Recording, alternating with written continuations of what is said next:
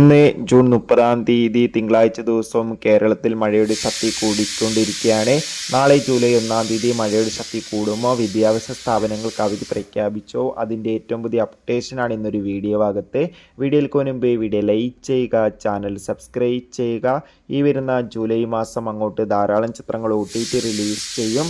നമ്മുടെ ചാനൽ ഭാഗം പരിശോധിച്ചാൽ നിങ്ങൾക്ക് ആ വീഡിയോയ്ക്ക് കാണാൻ വേണ്ടി സാധിക്കുന്നതായിരിക്കും. സംസ്ഥാനത്ത് ഇനി വരുന്ന 4 ദിവസവും ശക്തമായ ഒറ്റപ്പെട്ട മഴയ്ക്ക് സാധ്യത ഉണ്ടാകുമെന്നാണ് കാലാവസ്ഥാ നിരീക്ഷണ കേന്ദ്രം അറിയിച്ചിട്ടുള്ളത്. അതുകൊണ്ട് തന്നെ എല്ലാവരും ജാഗ്രത പാലിക്കുക. നിലവിൽ ദുരിതാശ്വാസ ക്യാമ്പുകൾ നടക്കുന്ന വിദ്യാഭ്യാസ സ്ഥാപനങ്ങൾക്ക് നാളെ ജൂലൈ 1 ചൊവ്വാഴ്ച ദിവസം അവധിയായിരിക്കും.